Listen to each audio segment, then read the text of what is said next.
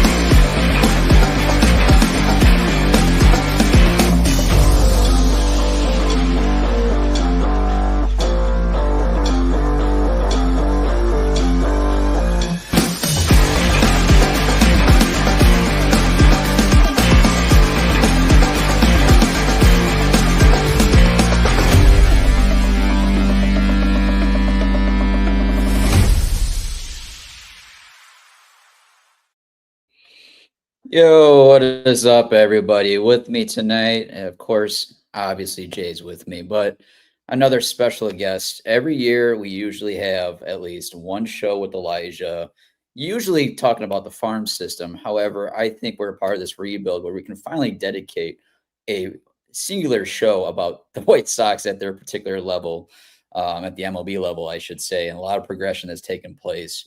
However, guys, before we dive into baseball talk, unfortunately, the day broke with the news of a loss of a Chicago legend voice. Stacey King has passed away, unfortunately. I know all three of us probably grew up, with talking with Stacey as the voice of the Bulls throughout our childhood and adolescence, I should say. But guys, just because of that, and again, he's not only, the voice for the Bulls, but he had his own podcast as well, talking about basketball with Give Me the Hot Sauce. And just for that, with the podcasting community, let's take a moment of silence for Stacey King.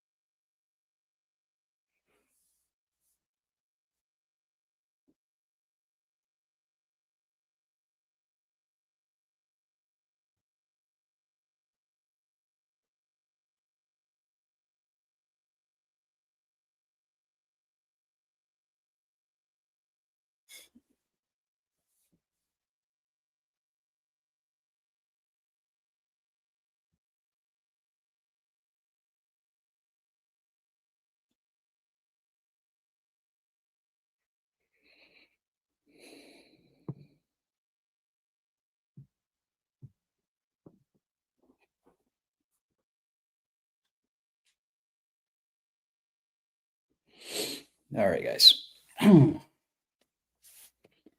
Thank you for that moment of silence. Now let's dive in to what we came here for, guys. Elijah, again, before I dive deep into this topic with you, I want to know just off of the generality of this, as far as progression goes with the Chicago White Sox, what has particularly, if there's one thing you think that stands out about this, what is one thing, I guess, what would you prioritize the progression of what you've seen to this point? Yeah, no, it's a good question, man. It's good to be with you guys. Good to be ready to talk some positives about the major league team, not just the minor league side of things. I think this team is just playing to win. Like I know that's like a really simple way to put it, and it maybe a little bit straightforward, but I think this team is just playing to win and playing with vibes that we have not seen in many years. I think they like playing together. They enjoy being on, it's even at spring training, you could start to see it this year. Like they just are happy to be playing together, and this team is going out there trying to win a ball game every night. Even days like today where they lose, they had a tough game against the Phillies. The first game against the Phillies, like they're facing good teams and they're fighting. They're coming back. They're pushing it. They're giving themselves a chance to win every day, and that is just not something we've seen the past handful of years from the White Sox.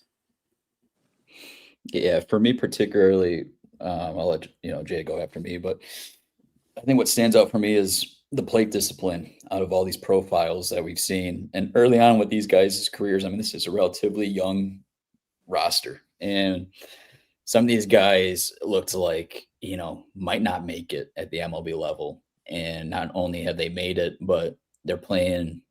I think they're at a stage of progression that, again, I don't want to say they're above their means, but they're definitely not replaceable at this particular moment. And playing with these talents, playing competitive ball, they're definitely ahead of schedule. Again, Jay, I want to see what you have to hear about this, because I know you've been looking forward to this conversation as far as progression goes. Right. If you take a look at this Phillies series, this is the epitome of the Chicago White Sox. Now, we dropped 2 of 3, but look at how we lost the last 2 games. Like, it was a dogfight, a literal dogfight. And I just want to shout out to Sam Antonacci, because at the top of the lineup, like, he is literally the straw that stirs the drink. And for the most part, I mean, he had the 3 double game, but he's been getting hit by a lot of pitches. And for somebody to make the decision to where, if I have to take one for the team in the first inning or even the 9th inning, I'm going to do that. Like, look at how these White Sox top of the first innings have started. Like, no opposing pitcher has been off the hook. We're not letting guys off the hook if we're the Chicago White Sox offense. That's been so refreshing to see. Gonzo, you talked about plate discipline and approach, but situational hitting and executing on a major league level from guys that really haven't been in the majors all too long. I can't be upset even with us dropping 2 or 3 from the Phils with the product that I've seen this weekend. Yeah, and I'm glad, Jay, that you brought up Sam Antonacci, because that's the very first guy I want to talk about, the Italian. And here, sorry to block Elijah's face, but here is some. Usually, I don't, align too much with Sleeper White Sox and some things they post. I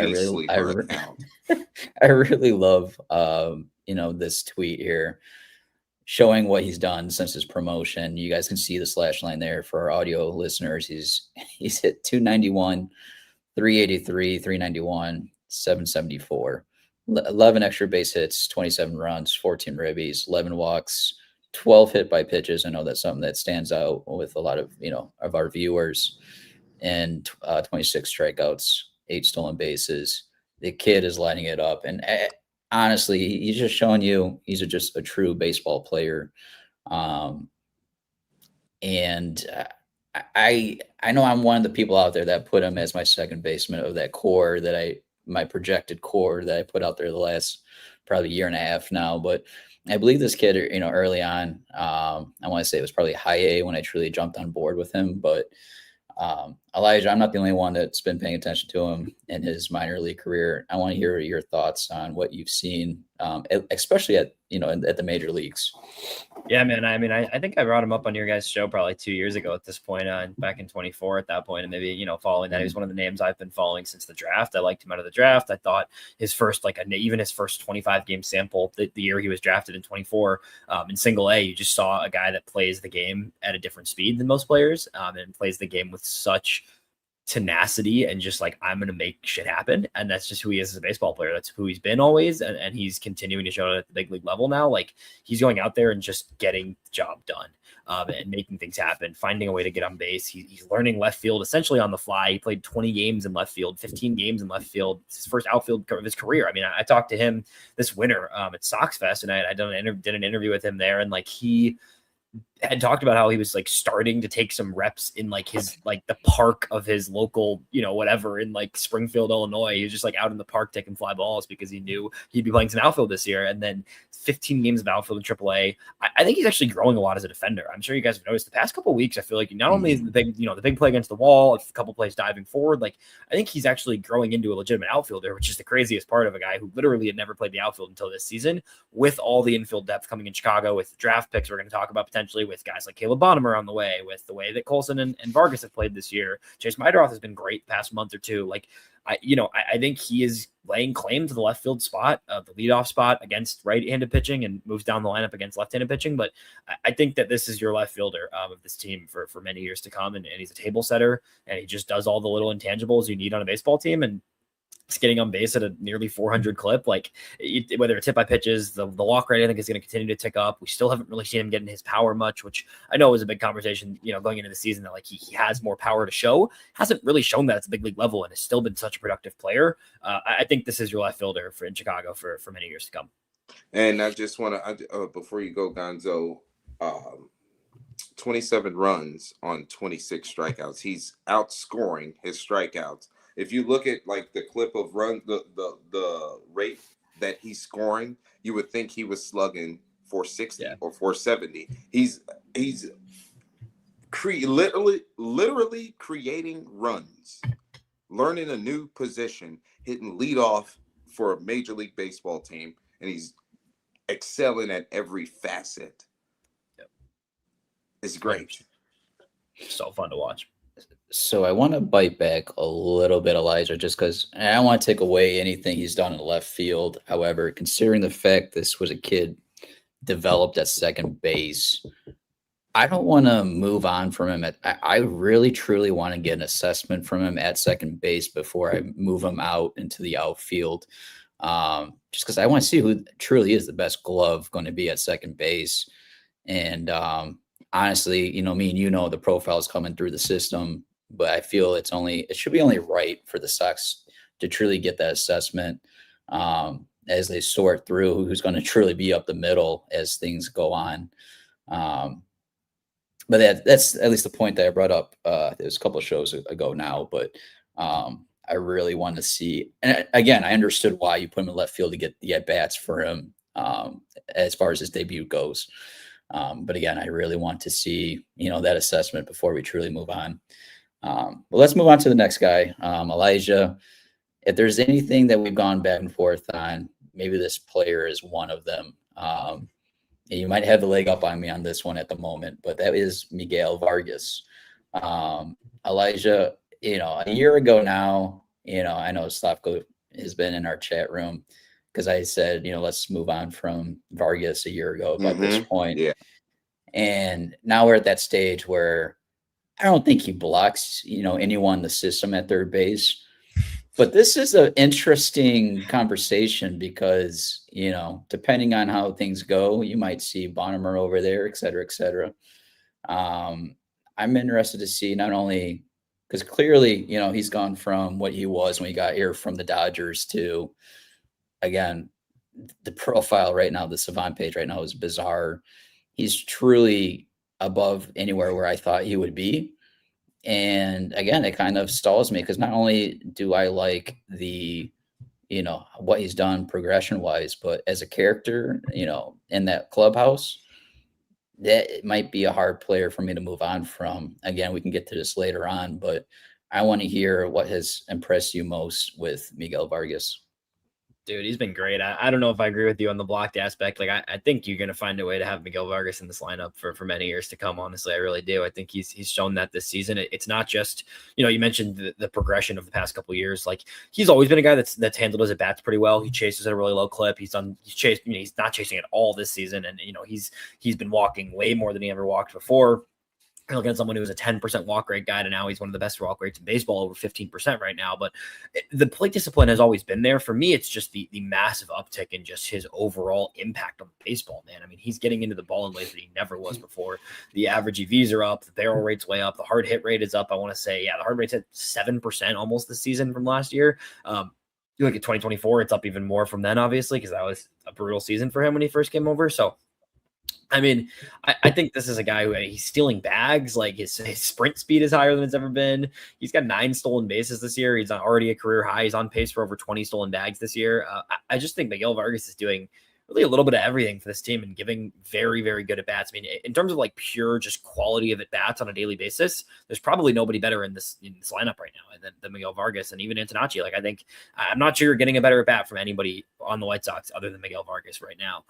So I think he's done an exceptional job. I think you're looking at a guy who has cemented himself as a future piece of this team. I think no matter what you want to say about Murakami and all the guys on the way with Bonnemer and whoever you're going to draft first overall, like, I think one way or another, Miguel Vargas is going to be on this team for quite some time. I think it could be some sort of hybrid situation. I don't know if he's the everyday third baseman. I don't know if he's the everyday first baseman if you end up losing Mune at some point. Like, I don't know if he's a DH/third first combo. Like, however you choose to use him, it is kind of besides the point. I think he will be in this lineup every day for many years. One thing I've seen from Miguel Vargas this year is I've seen the potential of a guy to score 100 runs this year. If you look over in Cincinnati, they got a guy named Sal Stewart, and him and Miguel have put up equally about the same amount of production this year. If you look into the numbers with the base running, the OPS being north of about 850. I know Sal has cooled off a little bit, but this is a very valuable right-handed hitter in this lineup. And Gonzo, I texted you about 3 days ago asking you what would I have to send you to get Miguel Vargas off your fantasy team. And as you vocalize, you're thinking about the White Sox trading him, but you can't even send him to the Targaryens in fantasy baseball. So I know what you're thinking about Miguel Vargas. I know that you've come to the side and you've agreed that he is a very valuable baseball player. That's enough for me. That is enough for me. He's probably going to score 100 runs. He's going to steal 25 bags. Probably look at Josh Naylor's last calendar, where he stole 30 bags out of nowhere. Vargas is on that same trajectory. It's amazing what he's transformed into. It's amazing. I want to see this, through a full 162 game season. See more.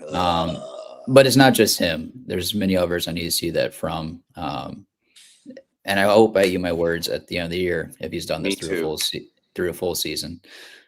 Next up, Colson Montgomery. Again, I feel the same way with Colson as well. Like, I don't think Colson or Vargas blocks anyone through the system to play shortstop or third base, just because of the profiles coming through the system that can defensively play that position. I think Rock, when he gets here, he can play a better shortstop. And I mean, again, I think Bonnemer can do the same at third base, but that's just defensively. I'm not even going to talk about their hitting side. But again, they have to develop. They have to get here and develop, at the end of the day. And we're going to go as far as these guys as our position players can be developed. We haven't seen this before, as far as this organization has in the last, 15 plus years now. So, again, this is kind of uncharted waters. Elijah, I want to hear you. Do you think do you think these guys are going to be moved around? Well, I know you answered Vargas, but no, I think as far as Colson goes, yeah. I mean, I don't know if I agree with you defensively. I think that's my first just instinct, reaction there. I like pretty much everybody else who watches this team closely wasn't completely sold on Colson defensively coming into the big leagues. And, even throughout the minor leagues, like, there was some stiffness, there was some movement stuff. Like, there were some things with his defense at shortstop, particularly, that were like, oh, I don't know if he's really going to stick at shortstop. This guy's been one of the best defensive shortstops now for basically a calendar year. It's not like this is a small sample, and you can say you want to see it again, but like half a year last year and half a year this year, we've seen many, many games now in the big league level. I mean, you're talking about what? You're talking about 135 MLB games that Colson Montgomery has played and been a very, very good MLB shortstop. That's not to say I don't think he can move off shortstop. If he moves off shortstop, I think he's your third baseman. He is a much better defensive player right now than Caleb Bonnemer is, and it's not close. So that's the tricky thing with Bonnemer. Where Bonnemer, we'll get into the minor league stuff another day, but Bonnemer is still definitely going through some progression and some development defensively. I still think he's very far behind where Colson is at in terms of a defender on the left side of the infield, even behind where Vargas is at. So with Colson Montgomery, like, the power is crazy. Obviously, you want to see the whiff come down a little bit. He's still whiffing a ton. He's still whiffing at a 38% clip, and that is not necessarily the most sustainable number for an MLB superstar. Like, I think he has the name and the being a shortstop, being the high end top 20 prospect in baseball. Like, You want this guy to be a star of this White Sox team for many years to come. And he absolutely has the makings of a star, hitting the ball with authority. The bat speed is up there with anybody in baseball. He's playing elite defense at shortstop so far. He's got to figure out ways to continually bring down that whiff and find a way to strike out a little bit lower of a clip and get himself in certain situations where he can put the bat on the ball in times where he hasn't this year. So there's still things he's working on. But this is a 35, 40 home run shortstop with high-end defense. And even if you move him to third base, I think he would be a Gold Glove caliber third baseman. So I think Colson Montgomery is going to be around for a while. Again, same thing where, like, there's still things to work through. The guy's 24 years old and has played less than 160 MLB games, and he's putting up, he's on pace for 40 homers and 5 to 6 WAR season potentially because he's been great at shortstop. So whether it's shortstop or third base, and I do think there's a good chance it is third base long term, I still see Colson again as someone who's going to be on this team for a while, and there's a lot of room to grow. He's got an 800 OPS and he can do a lot better. There's a lot of things I think he still can be better at. For the record, I'm not saying he's not going to be on the team. I'm just saying I don't see him long term with this core at shortstop with Rock getting here. And again, I'm not also the guy that's going to be combining seasons. I need to see it in 162 game season full. And again, I've seen one great season out of Tim Anderson in 2018 where he had OAA of 8 or 12 or somewhere around there. So again, I've seen it before, but again, when I see a better profile coming through the system, I'm not going to move that guy for the sake of it when I believe he's a better glove at shortstop. And again, as far as Bonner goes, again, Colson led the minors with errors. So, I haven't seen that out of Bonner yet. So I can't fully say that with the progression of Bonner that he can't get to that point. And Bonner surprised me, at shortstop last year.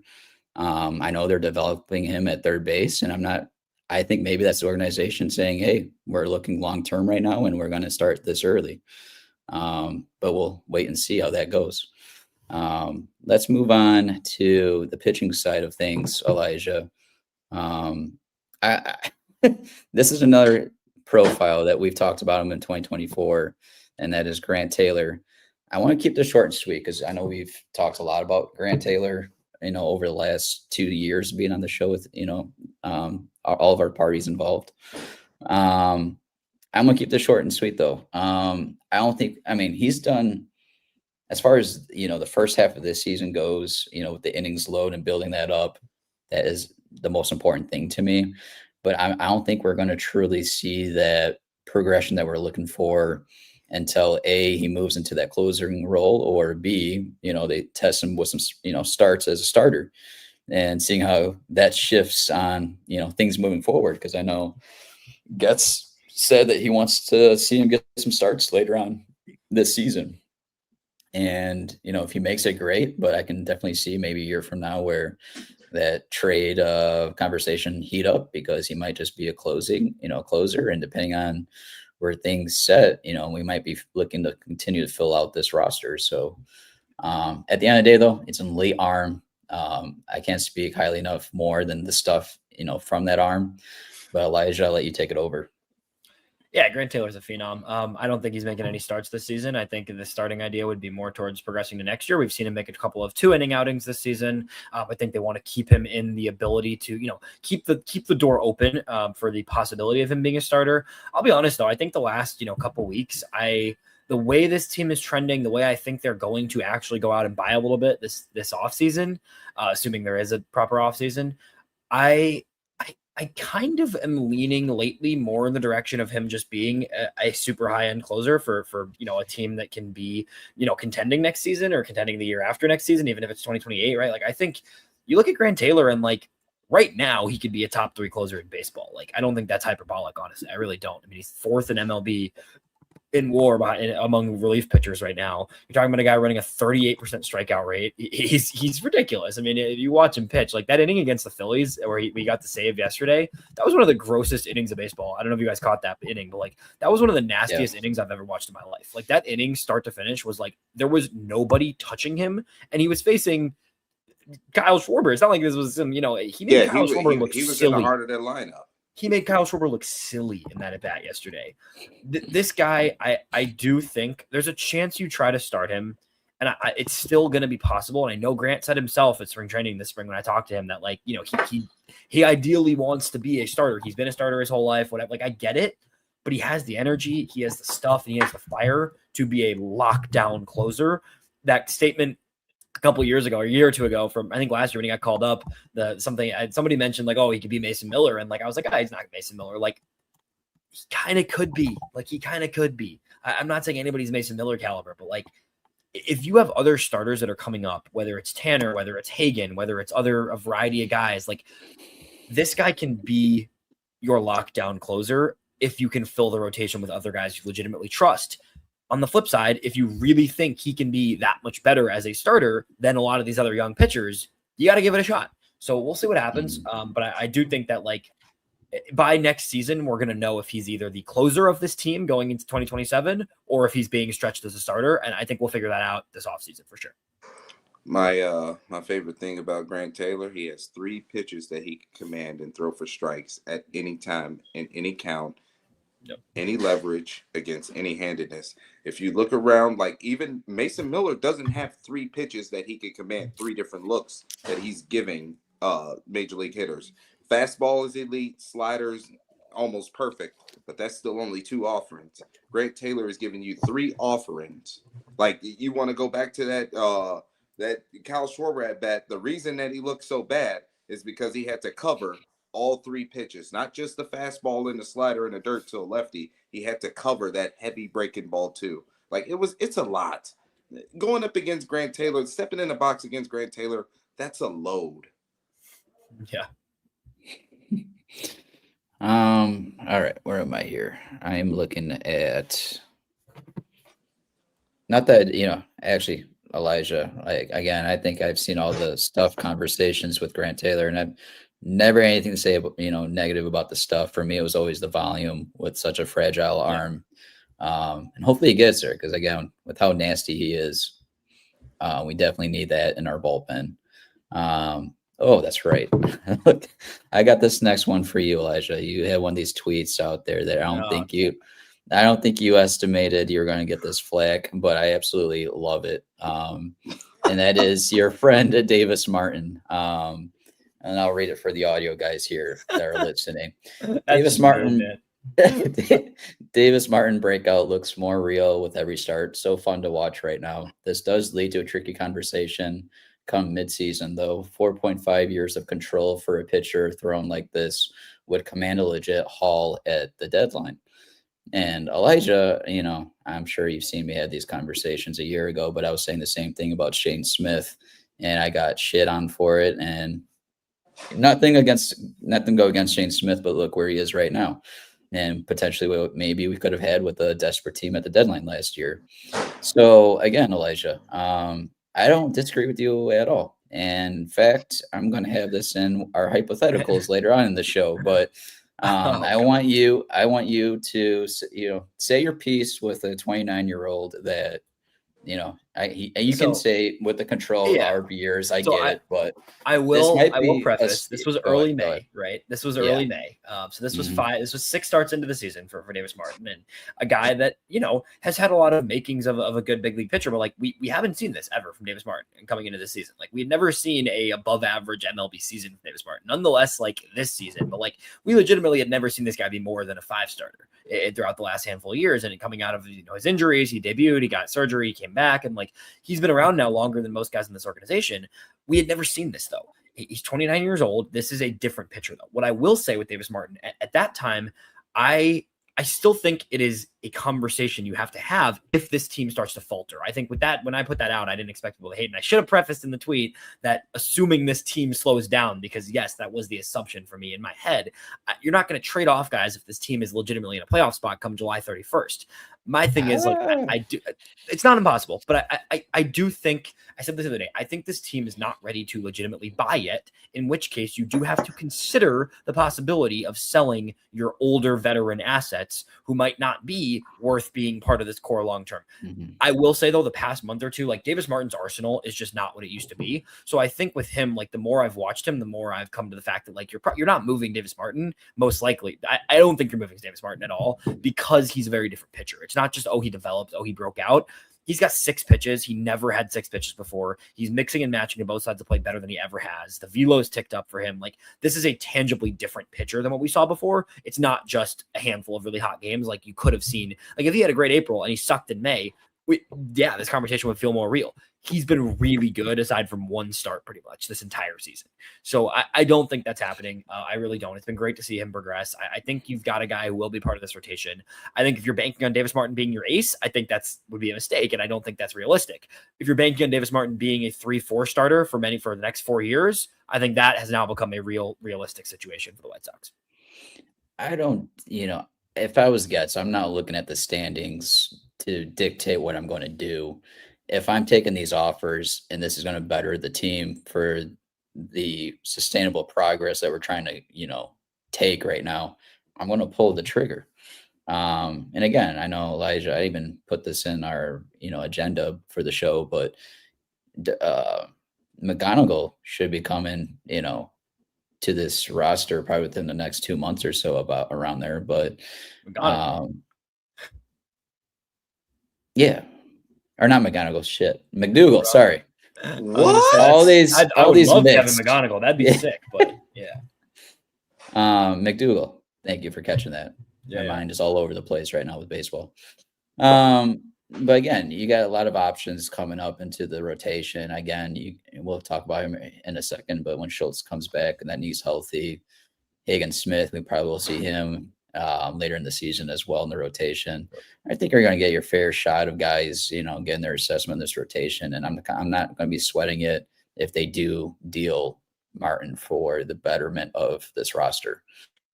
But again, I say that because I'm with you. I'm not doubting the stuff when I say this, because again, Elijah, this is 6 pitches. This guy is mixing and matching in the zone, and he's having one hell of a year. But again, another guy having one hell of a year, Elijah. This might be the Mike Vassell of this year, Tyler Davis. Again, I like what our Twitter handle Don Malone put in here. Taylor Davis has been rock solid, 110 stuff plus on his 3-pitch mix. What a great find by the scouting department, and no doubt about that. Another great find, as was Vassell a year ago, and now this year, Tyler Davis. And again, Elijah, I think I'm one of those guys. I think OJ is a believer of this as well, that you can mix and match a bullpen if you have a good feeder system. I wouldn't be opposed to putting him in a package deal just to get value, but I want to hear your thoughts on Tyler Davis, and Jay, you as well. Davis has been good, man. I really didn't expect him to be much. He's a guy that's been getting hyped up by the organization for the past year or two. I think even last year we heard this is a name to watch, and the numbers in the minors didn't really dictate that. I never thought the stuff was that great. I thought the execution was lackluster at times, honestly, throughout the minor leagues. But man, I mean, it's working. It's working really well. His fastball has become a very, very good pitch. He uses his fastball 60% of the time, and it's got a ton of ride. You're talking about almost 20 inches of vert on a guy with a ton of tail. I mean, it's just a really lively fastball, and it's gotten by. He's a 2-pitch guy pretty much. It's fastball, slider, the occasional splitter mixed in there, especially against left-handers, but primarily just a fastball slider guy who just shoves his fastball high in the zone and has a lot of movement on it, and he's able to get outs. And I don't think he's anything, I'm not sure Tyler Davis is like a super high leverage arm or anything. I think he's going to be a solid mid-leverage type of reliever, and he's proving that he at least deserves a spot on this big league team right now. Awesome. Yeah. I've been pleasantly surprised because we, like Elijah said, we did hear a couple of rumblings around, like, hey, watch out, this could be an arm for next year. The fact that you got to give Brian Bannister credit and whoever's involved with this pitching staff, because we're finding diamonds in the rough every 2 months with this squad. Like, I don't know what they put in the water. I don't know what they changed. But we're finding these guys, Gonzo. Like, we joke around with Shane Smith now, but then we turn the calendar and, Davis Martin, who's actually been with the ball club, is the new Shane Smith, for lack of a better phrase. I like it. I mean, the Savant page is red for a reason. He's getting outs. And when you're in a situation with the White Sox to where you're open to wheeling and dealing, even with your 3 games up in the standings, that could be a name to, put a bow tie on a deal that you got on the table. And just to wrap up the pitching side of this for the time's sake. I was going to talk about Noah Schultz, but to sum him up, when the knee's not acting up, I was pleasantly surprised with him. Very young profile as an arm too, with where he's at right now. But I do believe in this kid. And again, when that knee wasn't acting up, he was pretty solid with his stuff. Again, a little command issues.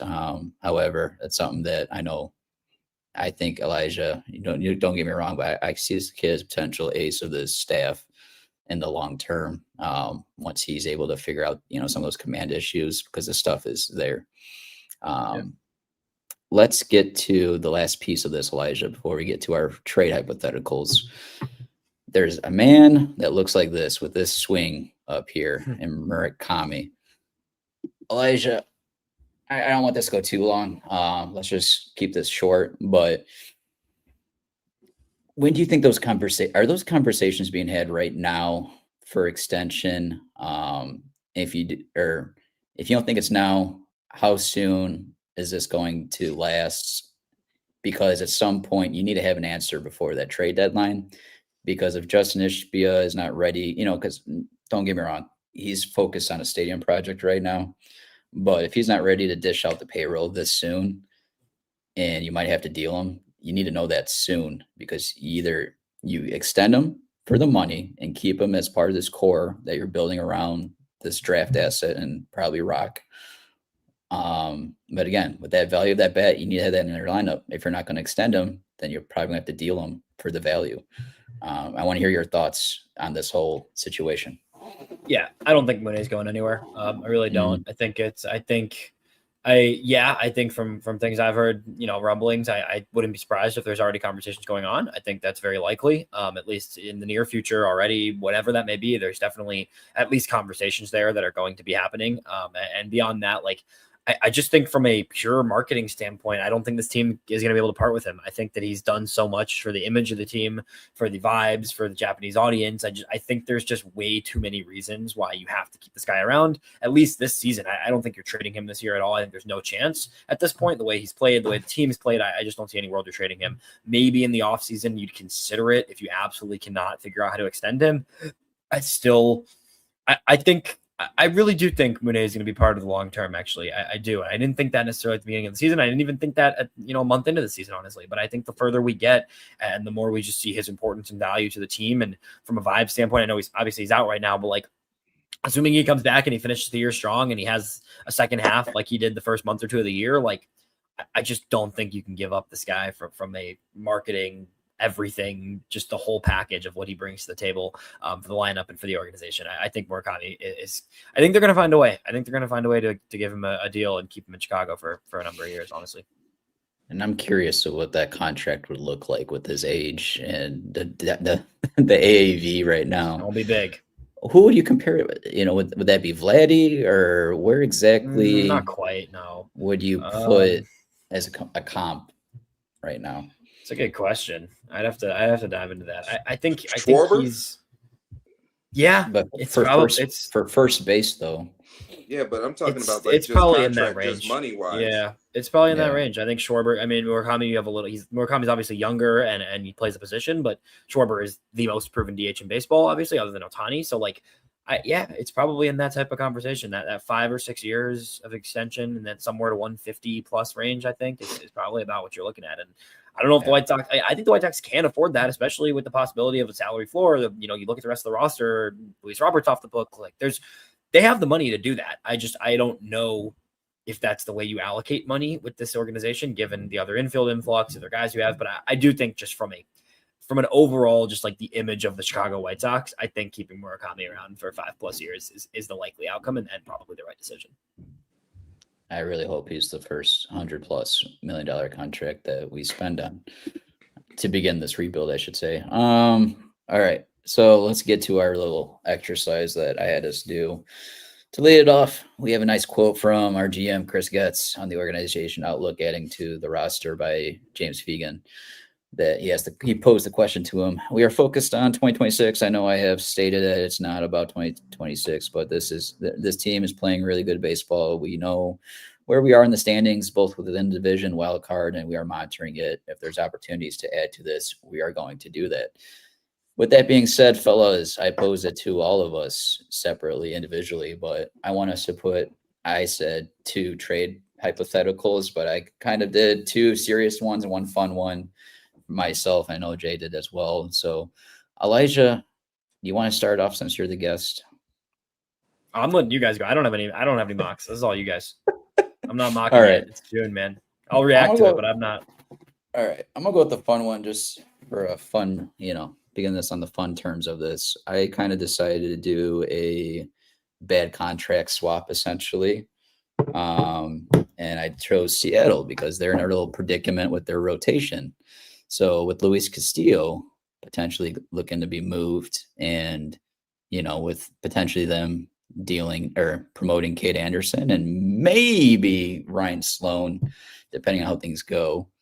Though that slot's looking crowded, or I should say that rotation's looking crowded. So with how Benintendi's looking, that's a contract I like to move. So I did a little trade with them. I included, I retained 75% of that contract of Benintendi to take on Luis Castillo's full contract.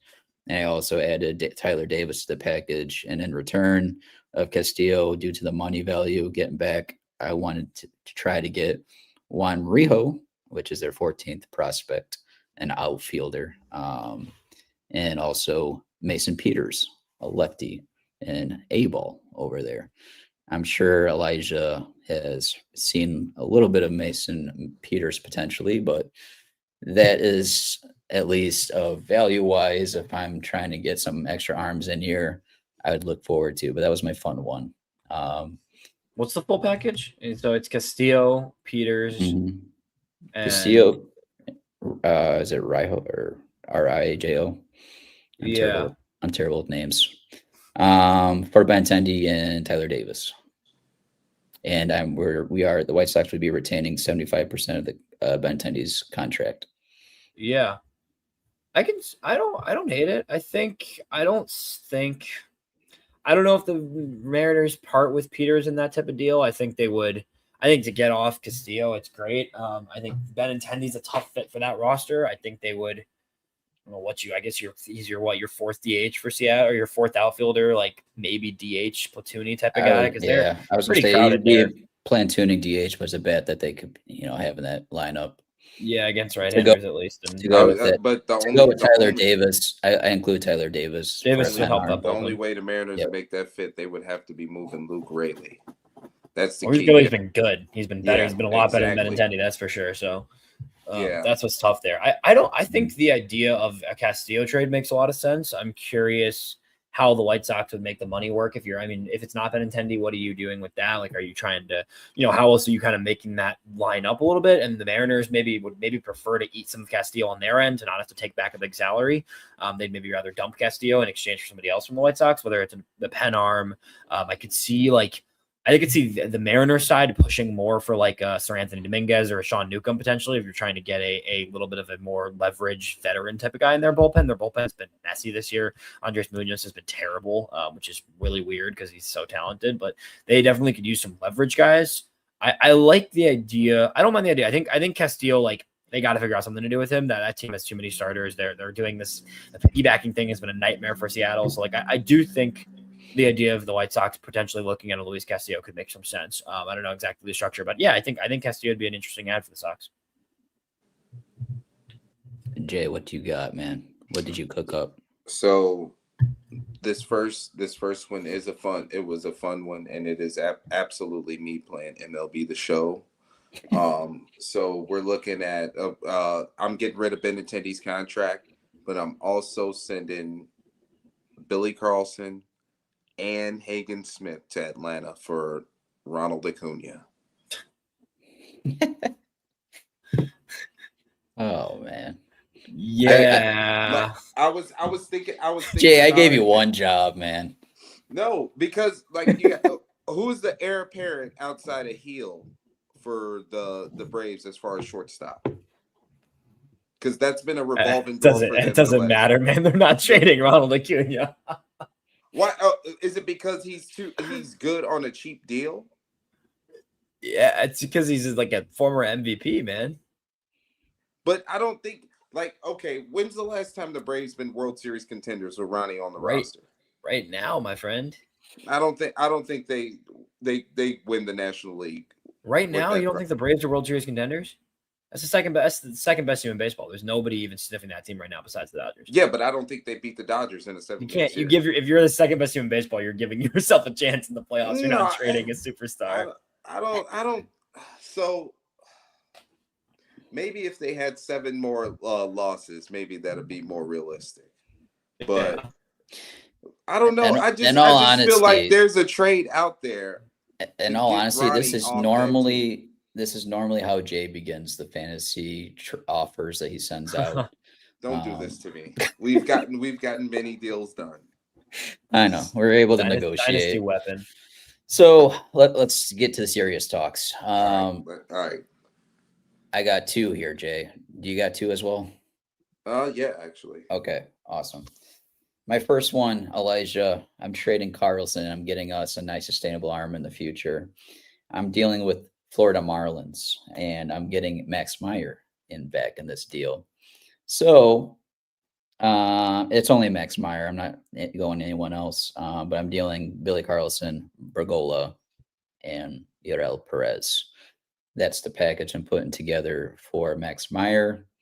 I see a lot of people posting about Alcantara, and I can't remember if I saw Yuri Perez thrown out there, but I like what I'm seeing out of Max Meyer. I got some control on him.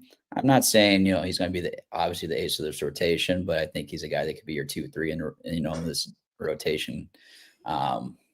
When all things are said and done, as far as guys that are being promoted at the end of the day, that's a guy that when we're talking about potentially postseasons to come, that's a guy that I would like to have with his stuff in this rotation, and I'd be interested in making a deal and making it happen. Elijah, let me know what your thoughts are with that one, or if there's any other arms that would interest you if we're going to be dealing, for an arm of that caliber.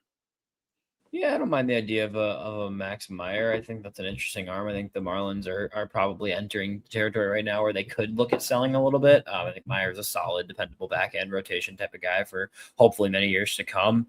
I don't know about the package. I still don't think the Sox are trading Carlson. And if you are, I think it has to be a controllable arm if that's the trade there. I don't think the Marlins would want 3 middle infielders in the same trade and that type of deal. I think it'd probably be a little bit of an adjusted kind of, art thing right there, even if it's centered around Carlson, sure, but you probably have to adjust a little bit of the other pieces in that deal. I don't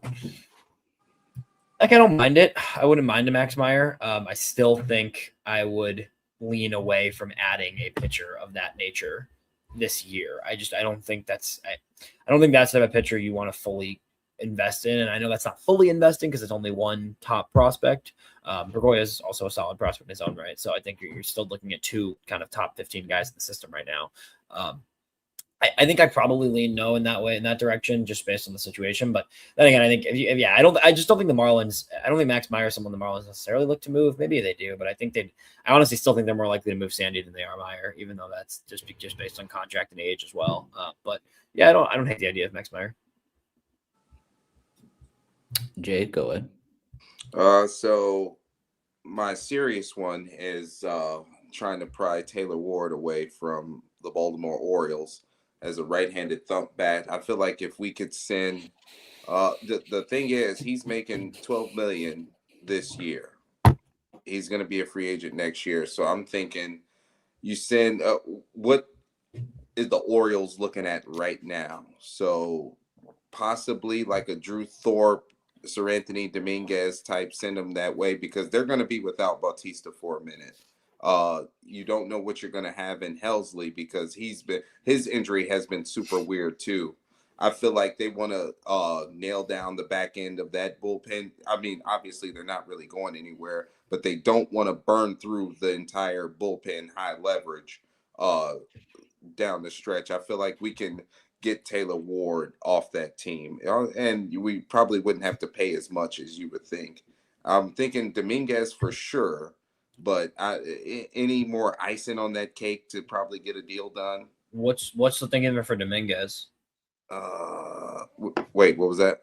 What's the thinking there for Dominguez in that deal Like for Award? Yeah, so I'm thinking like because they're gonna need high leverage innings down the stretch. Like they've been piecing together the seventh, eighth, ninth inning all together. I don't want to send a starter there like that's starting games right now. Like I'm okay with getting rid of Drew Thorpe, but that's like the limit right now because Taylor Ward is only his OPS is like a 750 right now. If this was like an 830, we'd probably have to overpay to get that. But I want that profile on the White Sox. I don't know if I see I think from the Orioles standpoint, like if they're going to sell, they're going to sell. I don't think they're going to half sell, half buy. That's a weird thing with the Orioles. I still think they're a buyer more than they're a seller. That's where I think I don't see it being super likely they move off of Taylor Ward. I think they're kind of the team that's more likely to try to survive and stick around in the race. And if not, then I think you'd want they'd be looking more the prospect direction for a Ward if they tried to sell off. I think Ward would fit the team well. The only tricky thing there is if the Sox, I still think you're giving the outfield is weird because the White Sox outfield has become crowded. And I think you're talking about an outfield that, is you don't have like a ton of pieces you feel amazing about, but like Sam Antonacci's getting everyday reps. Tristan Peters at this point, you're not moving. Like he's getting everyday reps. You want Braden Montgomery coming up. You've got Everson Pereira coming back.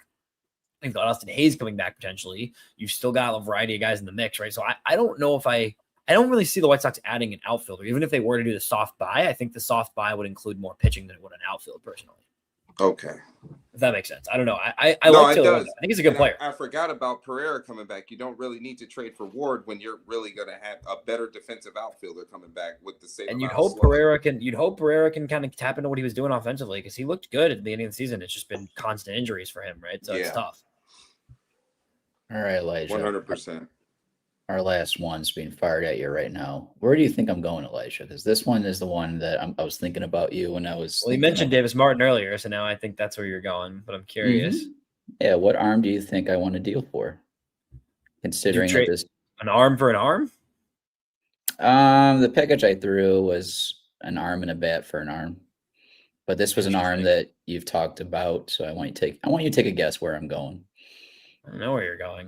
I'm trying to think about it. This was on our show, I should say. You talked about this on your platform, or probably about a month ago. On the call up on Future? I think it was the call up. I couldn't remember the reel. I saw the reel. Yeah. You mentioned this, so that's a good question. I don't know. You're gonna have to enlighten me or give me a team or something. So Jay just brought them up, actually, Baltimore. I'm dealing Davis Martin and my cousin, Jacob Gonzalez. And I'm getting back Joseph DeZerwa. That's all you're getting? Yeah, I mean, that was just kind of I wanted DeZerwa, but I don't know Baltimore what they're quite looking for. So I don't know. I mean, you'd have to get a lot more than Zerwa at this point for the way Davis Martin's thrown. That's for sure. But it would. I'm curious what that would look like. But it would definitely have to be more than Martin. That's for sure. Yeah. Because if you're trading Davis Martin, you got to be getting at this point the way Davis Martin's throwing, you got to be getting 2 top 100 caliber players, I think, and then probably a third throw in as well. Jacob Gonzalez has good value on his own right now. So I mean, I think if Baltimore wants to push the chips, it's going to be in the form of a starting pitcher. So I agree with you on that aspect. I think you'd be looking at some version of Joseph Zerwa, let's say, as your starter. I think you'd want. Would you want like Ike Irish maybe? Yeah, I'm not a huge Ike Irish guy. I think you're looking at like Nate George, I think, who's another younger prospect of theirs. He's from the Illinois world too. So he's a little bit of a, a familiar guy. I think you're probably looking more at like a Nate George, Joseph Zerwa, and something else in addition. Do you want more pitching? If you want another arm, maybe you go like Luis De Leon. You could go JT Quinn. There's a deal to be had there, I think. I said that a month and a half ago because I thought there's a possibility. At this point, I don't see any world the White Sox trade Davis Martin this deadline. If they do, it would have to be for 2 to 3 high-end prospects for sure.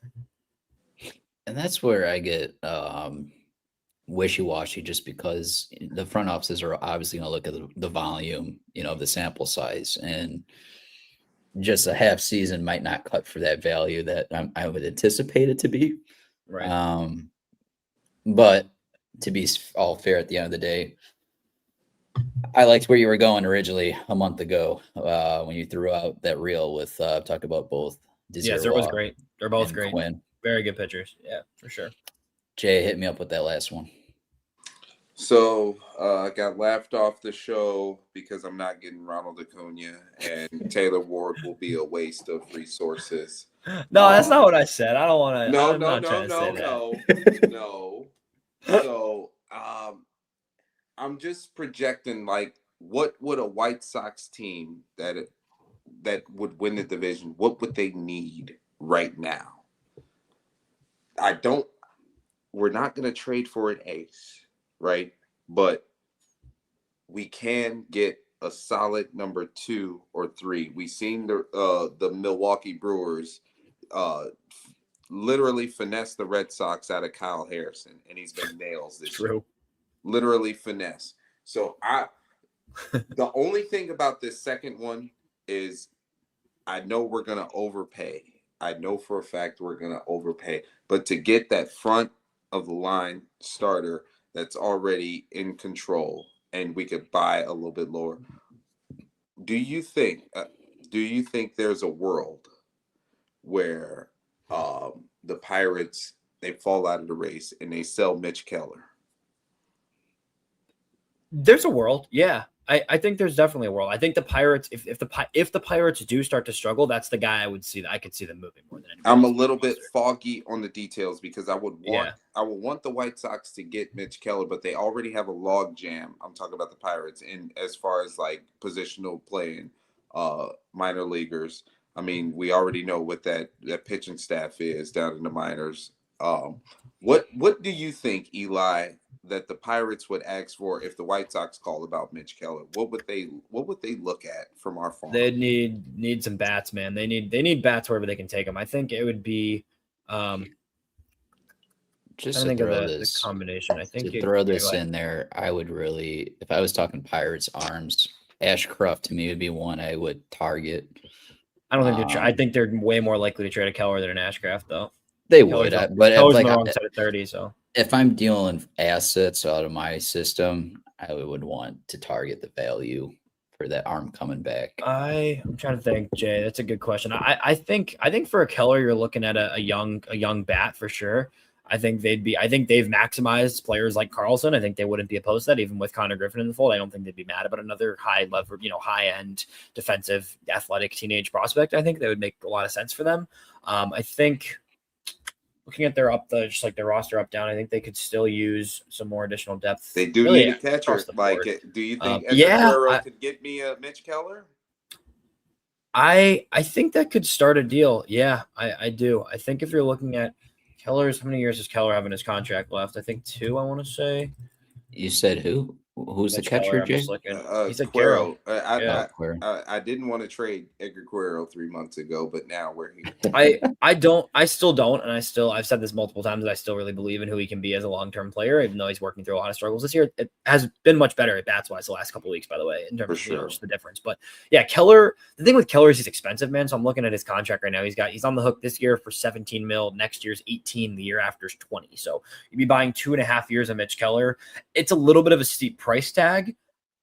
I think the Pirates would be happy to move off that, honestly. I think the White Sox paying that, he instantly becomes your most paid pitcher by far. You got to really believe he can be a steady piece of the rotation for the next couple of years into his 30s. Yeah.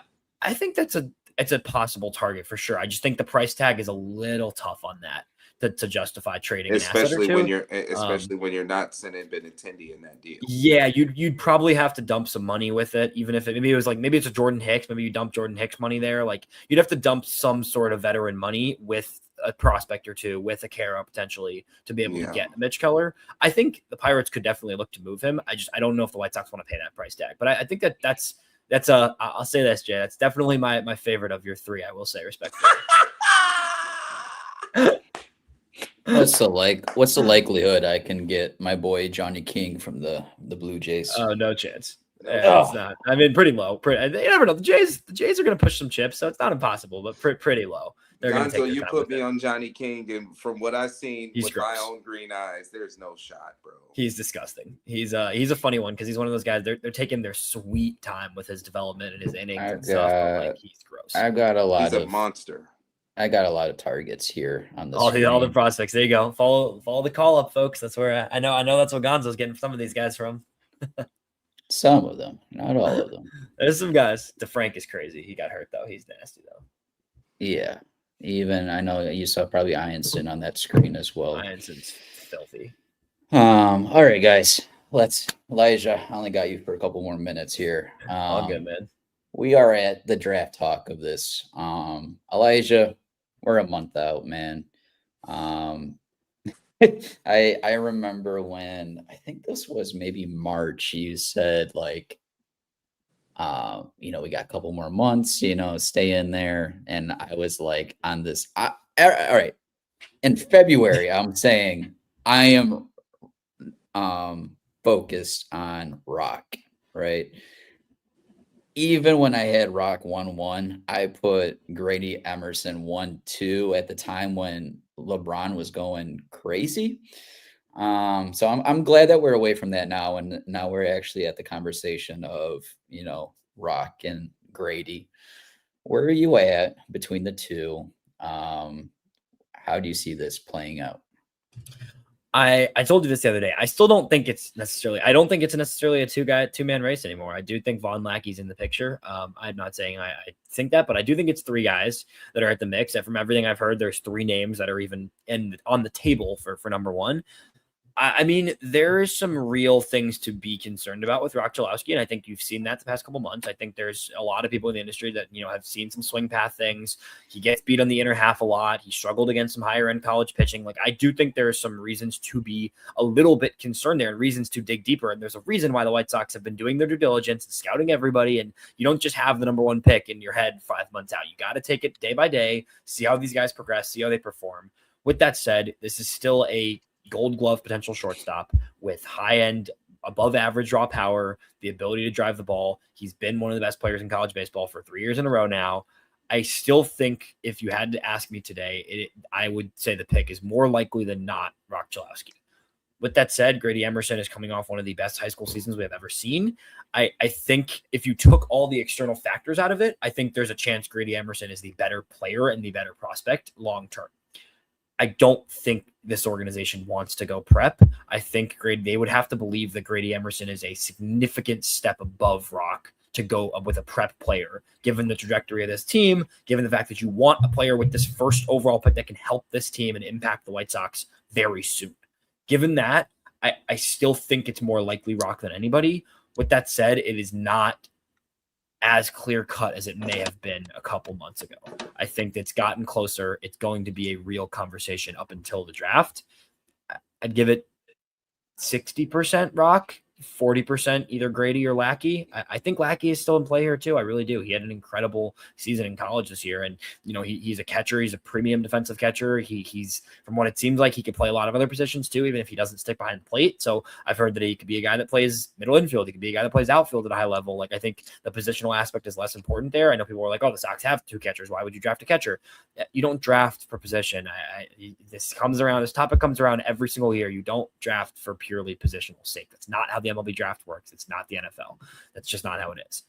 I think Lackey is still in play as well. But I'd probably go 6. I don't know, rough estimates in my brain of like 60 Rock, 25 Grady, 15 Lackey, maybe something like that. I think that's fair.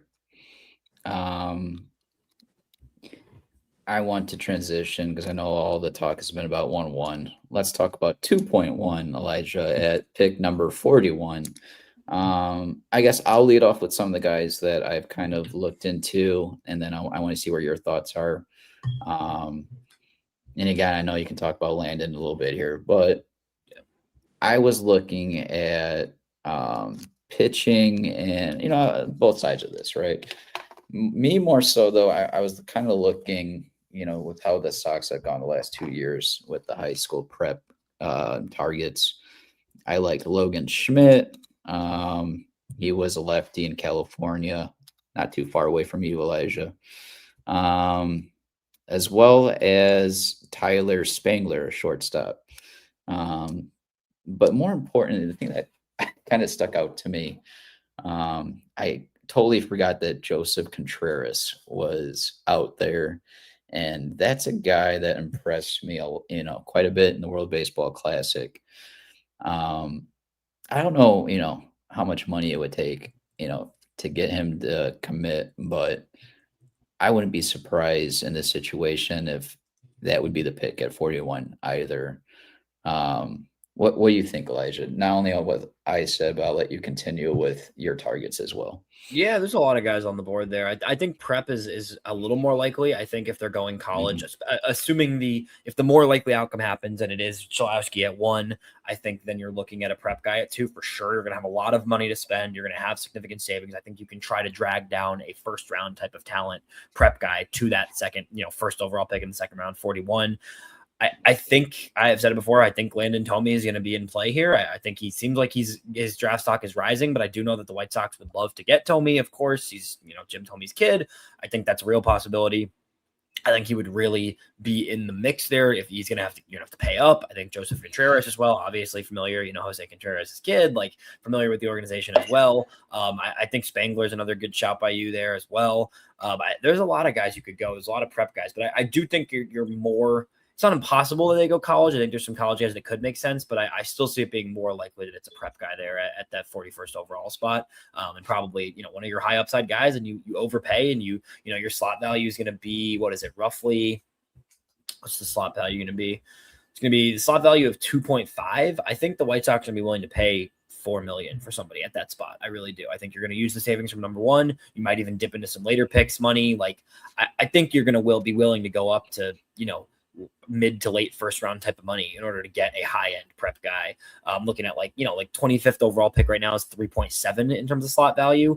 I think you're going to try to get somebody that's in the caliber of player of a top 20, 25 player in this class and drag them down to 41 and pay him a premium at that spot. Yeah. And I've, how do I say this? I've had this conversation with several people now, and I know, Elijah, you're a guy on Future Sox, Mr. Fox was going back and forth with me on the conversation of Landon. I will say this though, what does help that situation with the White Sox is obviously Jim being a team ambassador. They've got the insight on what it would take money wise, to get it done. However, again, I've seen Landon play since he was 12. And I think he's at that point where he's still growing into his frame. No doubt. And I feel like that is a conversation with the family of, we can still go with a program that we know well. At this point, they're just beginning conversations with teams, but they've already, done so a year ago with these college programs on a system that they can trust and develop Landon the next 3 years. And if Landon believes he can go top 15, not even to discuss the college money he can get, but also the fact of that draft, of going top 15 3 years from now, he can probably get around 10 million. So you can probably double, maybe even triple the money that he, would get now. So I think that is reasonable and something that is probably realistic to consider. But again, that's a conversation for the Tomies at the end of the day.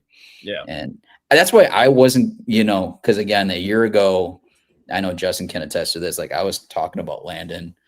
I was telling OJ that he could be a first round pick this year, depending on how his senior year goes, and now we're here and now we're having this conversation of if he's going to be, back half of the first round or early second round. And I know OJ told me I was nuts a year ago, talking about Landon, but that's why I didn't want to get too overboard on this, just with knowing where the Sox are selecting right now. He either goes first round or, I really don't think he might not get drafted at all just because of them committing to me. It's betting on Landon, right? I saw this a year ago with Jack Bauer. So again, these are players that are going to be betting on themselves potentially. So as much as I would love Landon to be here.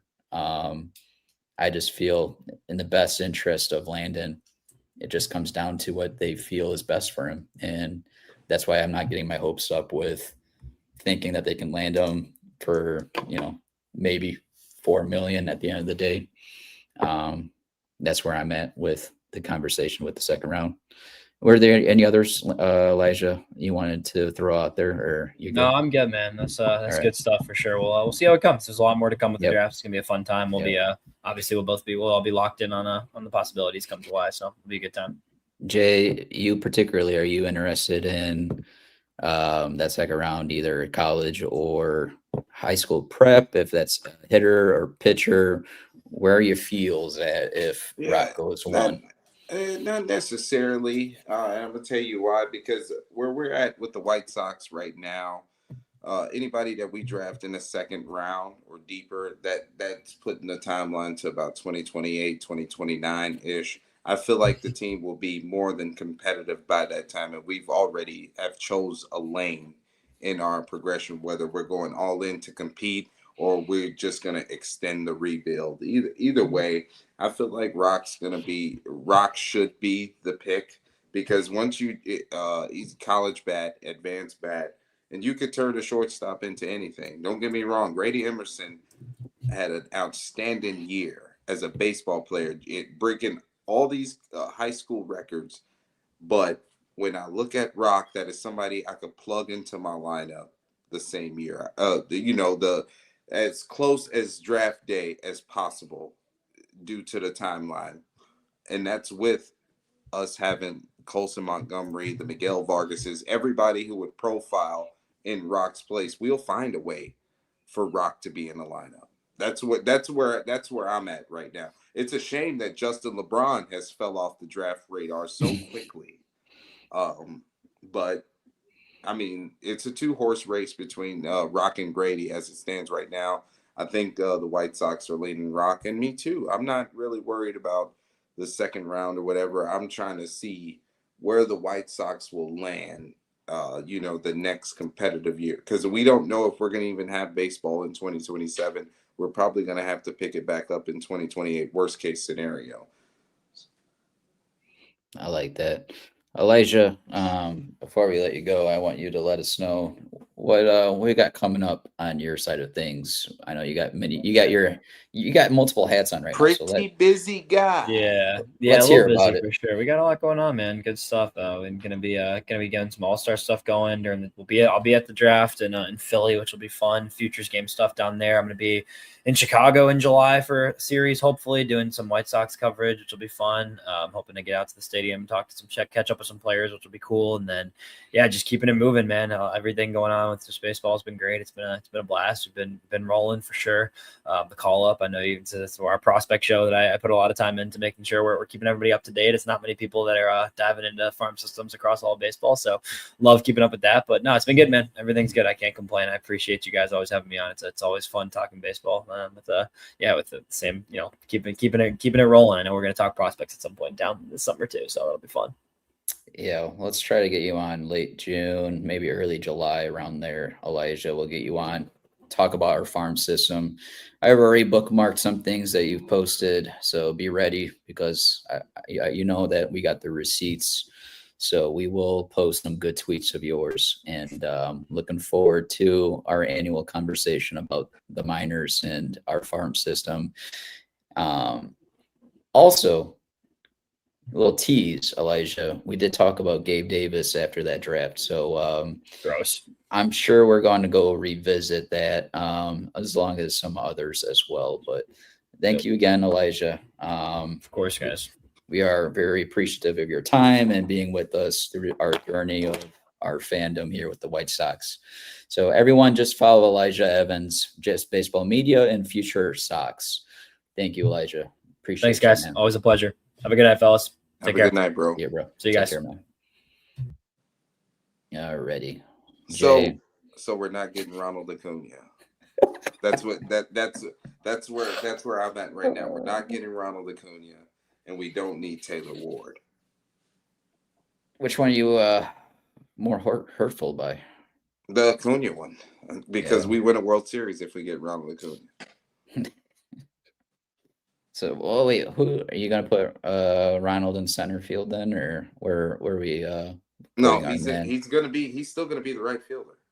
Okay. Okay. He's still So gonna then be the right fielder. Braden stays in center, hopefully. Yeah. Yeah. Antonaccian left. Well, I mean, if you don't trade for him, Jay, you can always sign for him in was that next year, 27? I think He's that's he's a free agent in 27. 27 or 28. I forget which year. I know he only has like a couple more years on his deal. Yeah. It's coming up though, that's for sure. Jay, we've got a hefty week ahead of us. I know, bro. I've been dreading this part of the show. This is White Sox are again 3 games above 500, but this is the test month for the White Sox in June. We face at home. We're at home, Jay. We're not in the chop house, all right? But we got the Atlanta Braves Tuesday, Wednesday, Thursday, and then we have the Dodgers Friday, Saturday, Sunday at home. So 2 of the best of the NL are coming to Chicago. And Tuesday's matchup is looking like it is Grant Holmes versus Eric Fetty for game 1. Game 2 on Wednesday is looking like former White Sox Chris Sale versus our boy Davis Martin. And Martin Perez versus game 3 is Martin Perez versus Aiden K. Southpaw matchup. I think, where do I feel? I think the White Sox could win that first game. I don't think we're going to touch Chris Sale. But game 3, I think that's going to come down to the bullpen. With how well K has been doing, I think we can touch up Martin Perez a little bit, but I think it comes down to that bullpen game for game 3, and I just feel Atlanta could probably pull away with that game. And I only see them taking 1 out of that series. Where do you stand on it? Not only Atlanta series, but who are you looking forward to seeing out of this Atlanta Braves roster? Well, Ozzy Albies has been on absolute fucking fire the last 4 days. Won't enjoy watching our boys pitch to him. I already mentioned Ronnie. I'm trying to get him traded to the White Sox before we have to play him, but that's not going to work apparently. I'm not really afraid of the rotation, like Grant Holmes, Martin Perez. I mean, obviously Sale's a Hall of Famer. I'm not really too afraid. You just don't want to get in a position to see Ranger Suarez and Raisel Iglesias warming up and you're chasing 1 run. I mean, obviously, low hanging fruit. You want to go into high leverage innings with the lead, but you got to give yourself a chance. Give yourself a chance. That means you have to. Don't make many mistakes because the Braves capitalize on mistakes. They outrun a lot of their outs. Like if you look at what Michael Harris hasn't been stealing a lot of bags, but he's been the quality of contact has been there for Michael Harris. Austin Riley has had a subpar year. You don't want to be the team that get Austin Riley going because he's the type of guy that could wear you out for a series by himself while being the 5th best player on the team. Now, we got blessed. We don't have to face Drake Baldwin this week. We don't have to face Drake. Ultimately, I see the Sox losing 2 or 3, but I think that Martin Perez game is the one that we get. I think we lose to Sale and we lose to Grant Holmes. I was kind of wanting to see Drake Baldwin just because he came out of nowhere a year ago and he remained at that pace. And we don't get to face him as a competitive side of it, but at the end of the day, that's a hell of a talent to get to see at the catching position. Obviously, Jay, again, Dodgers come for the weekend. Do Before not, that, do not come. do not come. I'm actually surprised me and you were on the same page though for their predictions for the Braves. I thought you might say we get swept, so I'm glad that we I take. was thinking it. I was thinking it. I swear to God. Yeah. I at the end of the day, I really think it should be a good competitive series. It's a good barometer to see where It you're is. at. And even though we lost 2 or 3 at Philadelphia, I am pleased with how the boys played. Hate the outcome, but I love the process. Jay, my birthday's on Friday, June 12th, and the pitching matchup is Roki Sasaki versus Sean Burke. You know how big of a fan I am of Roki Sasaki. So You the know fact how good Sean Burke's been. exactly. So you know how Sasaki has been turning things around the last 3 starts of his. He's been awesome. So this is going to be a one hell of a pitching duel. Are you going to waste your birthday watching 9 innings of Roki Burke? It's going to be. I need to find a way to get this game streamed. So I might have to take your recommendation of, was it TV.com? Was it TV Pass, baby? Yeah, TV Pass. So I'm going to be watching that for sure. I still think the Dodgers probably pull that one out. Saturday is looking like the other Jap, Yamamoto versus Sandlin. Let's see what's game 3. Sunday, Sheehan versus Fetty. That's the game I have winning. So you only got us winning 1 out of the 3? Yes. Yep. You're tripping. That's what I got. It's a 2 out of 4 day week for me. Let's hear your thoughts. First off, Andy Pajas. I'll be interested to watch him play just because he's been on a pound for pound. He's been the best center fielder in the sport. He's on a heater this year, and good for him. I was trying to get him from KG before the season started. I was trying to get it done, and I almost got it done but I would have to give up. What was the arm? Who did he want? Escapes me at the moment, but anywho, I'm about to send him to Grom for him right now.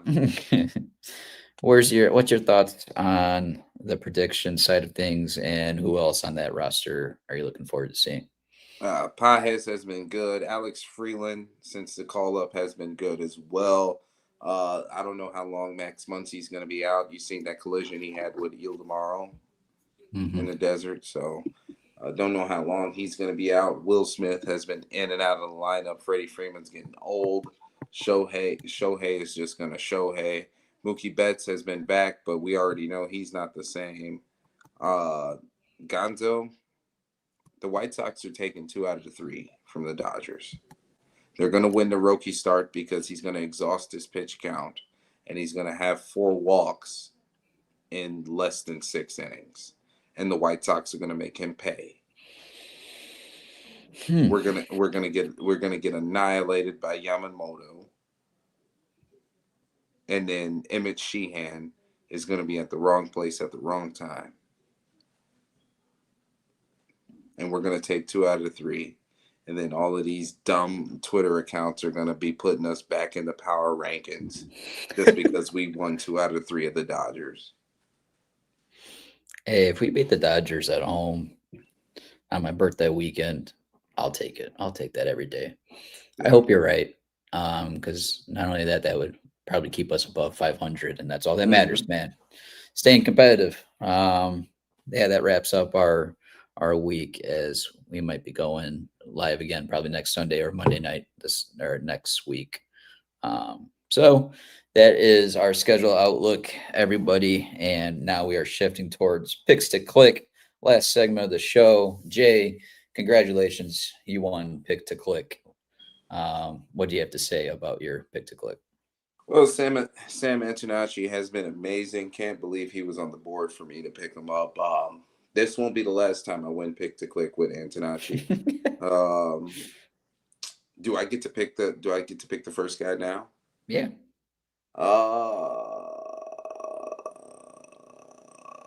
See, like when you win pick to click, there's just so many easy avenues to go. Like, even though Colson's he's gonna face two lefties coming up, what was that? Wednesday and Thursday. I'm picking Colson.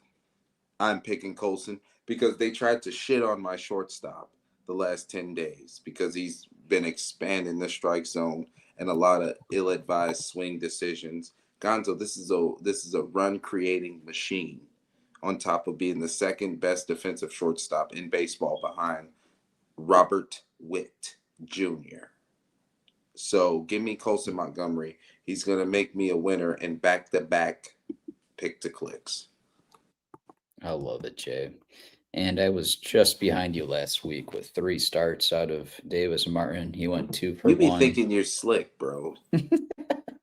I was not slick this past week. Well, Minnesota fucked you a little bit. The Minnesota start fucked you. The second start of Minnesota screwed me over. But I'm going to go with a guy that I've hated for the past year, but he's starting to prove me wrong, and that is Miguel Vargas. That's my pick to click. Slavko in the chat. Props to Slavko on his big family day today. Slavko out of the selection. He is down to Chase Maedroth.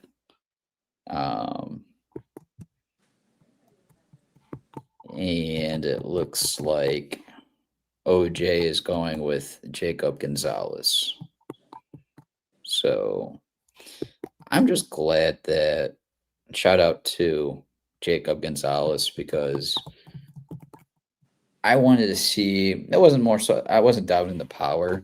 I just wanted to see the kid get on base more. And I think he's got a 300 batting average right now. So he's doing what he can to get on base at the major league level. And that's all that's important, especially that versatility, Jay, playing at first base. I'm really surprised that he's getting the starts at first base. I love to see it though, man. Get that versatility and that flexibility. Because that's what will keep them here. Me too, because you want them to send Colson to first base, you loser. I said left field. You're the computer savant of Eric wants him at first base. Shut up. Big, his nickname is Big Computer. Big Computer. Picks to click.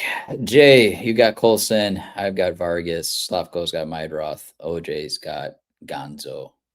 Jacob Gonzalez. That is our picks to click for the week. And now we are to our favorite part of the show, shout outs. Jay, start it off. Yeah, I got to give a shout out to Eli coming back on the show. Always nice to have him. Absolutely shot down my Ronald Acuna trade, laughed me off the podcast. So when the White Sox trade for Ronald Acuna, we're gonna be pulling these receipts. Got to give a shout out to Eli. Shout out to you too, Gonzo. You're getting old. Bought a house. You and Sarai. It's been a very turbulent 2 months, and you came out the back end of it unscathed, healthy. So yeah, shout out to you, man. Got to shout out Natalia too. Had her baptism today, Slavko's daughter. So for the blackout, we're moving in the right direction. Family, faith, everything is intact. We got the White Sox winning some ball games. It's really good to be a White Sox fan right now. Very refreshing feeling than what we've had the last 2.5 years. You want to, I'll give this also before I do my shout out. I want you to talk about, I know this is a rough day for the both of us. I know I kind of breezed through the beginning of the show talking about Stacy, but if you want, I'll let you vent before I do my shout outs, because I know, again, this was huge for both of us. I just want to say, as a consumer, Stacey King was one of the best things about the Chicago Bulls, because you can't get to any game, but you can watch and listen. And Stacey King has gave us so many sound bites, so many iconic moments for a team that really didn't give us any championship aspirations. He kept us entertained. A man of the culture, a relic of the golden years of Jordan Pass. Like, it gone too soon, but at the same time, I feel like we're blessed where we can reflect and look back on what he's given us as fans. So, we love you, Stacy. Continue to rest in peace. Our condolences to your family.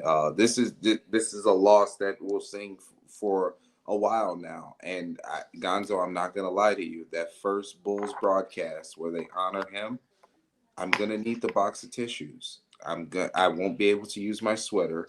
I won't be able to use my sleeve. I'm gonna go through a whole box of tissues because they're just gonna give me a 2-minute montage of his best calls, his best voiceovers, and what more can you ask for as a fan out of your color analyst, Gonzo? Leave me hanging on. Inject me with energy. And the number one thing that these broadcasters has to remember, local broadcasters, you're a homer. Stacey King was a Chicago Bulls homer. I heard it in his voice. I heard it in how he digested mostly Bulls losses, how he celebrated the wins, how he celebrated individual player accomplishments, the history of the Chicago Bulls. He was a homer, and that element left us abruptly today. So, we want to give his family our love, our condolences and support, but it was a tough day, like you said, Gonzo. Yeah. Yeah, it was a very dull day for me as well. I can't echo it nearly enough that my childhood resembled around watching Derrick Rose make people look foolish on the court, and Stacy's voice being the art of the voice to watching that play. Do you know how to post videos to Facebook? On our wait, See, what do you that mean? was a Stacey King line right there, and it just hit you Oh in yeah, the face. I just keep thinking the G stands for gets, and Oh my God, big time players make big time yeah. plays. Oh man, Stacy. Yeah, just a year ago we saw the jersey ceremony with Rose, and now this. I feel like just everything's gone now, and I talked about this before that I stopped watching the Bulls after the Rose trade, and but now this truly hits me, just like ends it for me of like everything I watched. It shuts the door on that chapter. That chapter of those years. And I was really hoping that Stacy would get to see, another great Bulls team again. So, but we all know he's going to be there for when, he'll be watching over when this team actually puts a product that we're happy with for seeing again. But I just know he's going to be there at the end of the day. So, but this is a good celebration of life for Stacy. And all our condolences to their family right now as they go through this difficult time. Yeah, my shout outs are going to go to the greatest generation. As of yesterday, D-Day happened 80 plus years ago. Again, this time of the year, my grandma was born on D-Day, essentially 8 years prior, but I'll never forget, June 6th as a day every year. It's only 6 days before my birthday. So my birthday week is because I hold my grandma close, and that's one of my remembrances when it comes to our family. I'll never forget that date.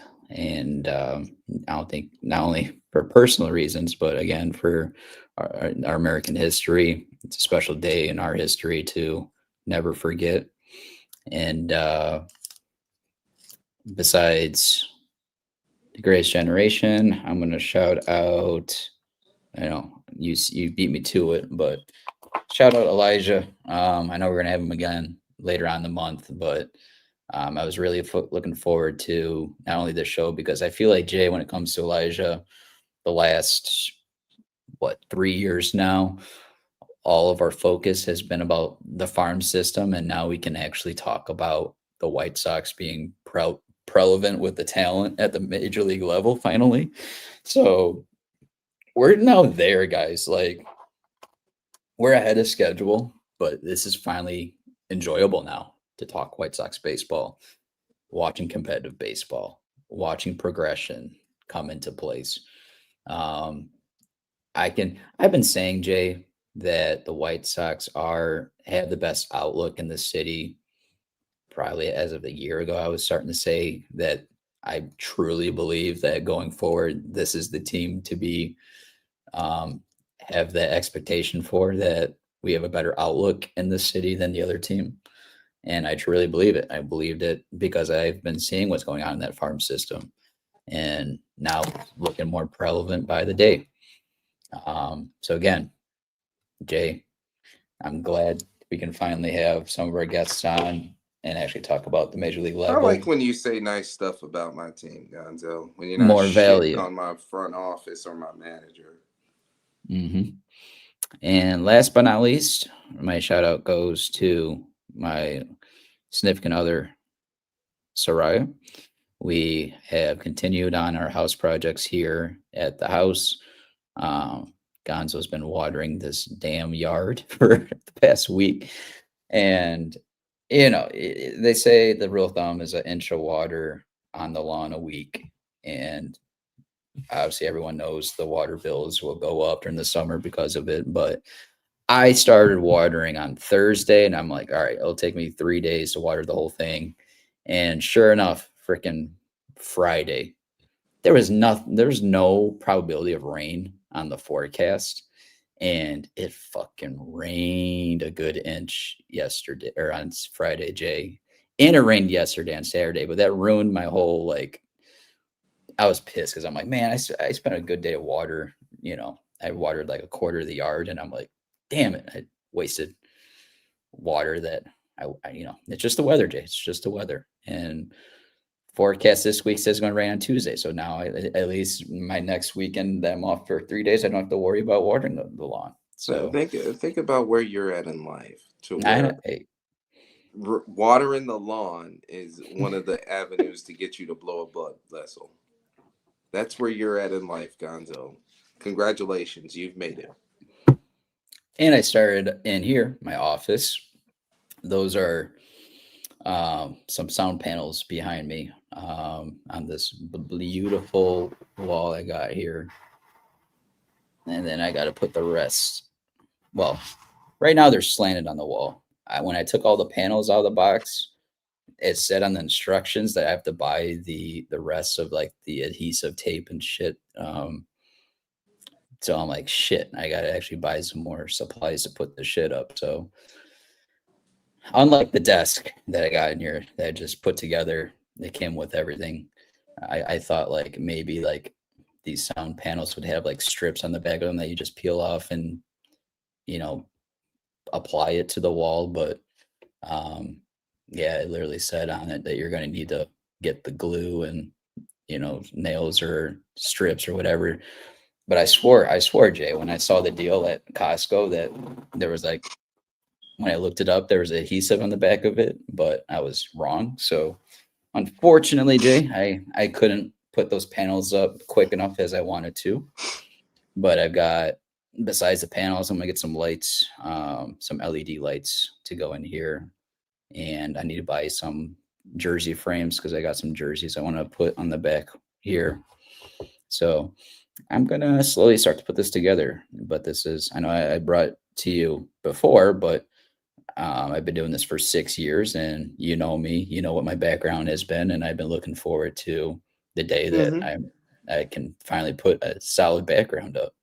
So piece by piece, Jay. To see how it comes together. I know. I'm already getting freaked out. I'm getting antsy. So, Jay, that sums it up. You got anything you want to add before we get out of here?